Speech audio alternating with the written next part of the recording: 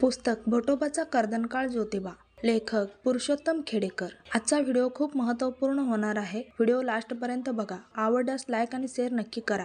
छत्रपती शिवरायांचे भक्त, शिवजयंतीचे प्रणेते महात्मा ज्योतिबा फुले हे महान शिवभक्त होते।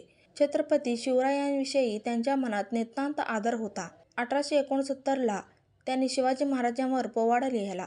कुळवाडी भूषण ही सार्थपाधी उपाधी फुल्यांनी शिवरायांना लावली। रायगडावर जाऊन शिवरायांच्या समाधीचा जीर्णोद्धार केला, तेव्हा कुणबट शिवाजीस देव केला म्हणून ब्राह्मण फुल्यांवर खवळले। ज्योतिबा पुण्यात आले। चाफळकर स्वामींच्या अध्यक्षतेखाली पुण्यात हिरा बागेत प्रचंड मोठा सभा भरवली। पेपरांना निवेदन दिले। या सभेत ज्योतिराव फुले, कृष्णराव भालेकर, नारायण मेघाजी लोखंडे यांची भाषणे झाली। त्याचवेळी शिवसमाधी जीर्णोद्धार कमिटी स्थापन केली। देशातील पहिली शिवजयंती महात्मा फुले यांनी 19 फेब्रुवारी 1870 साजरी केली। 19 फेब्रुवारी हा शिवरायांचा जन्मदिवस घराघरात पोहोचविला।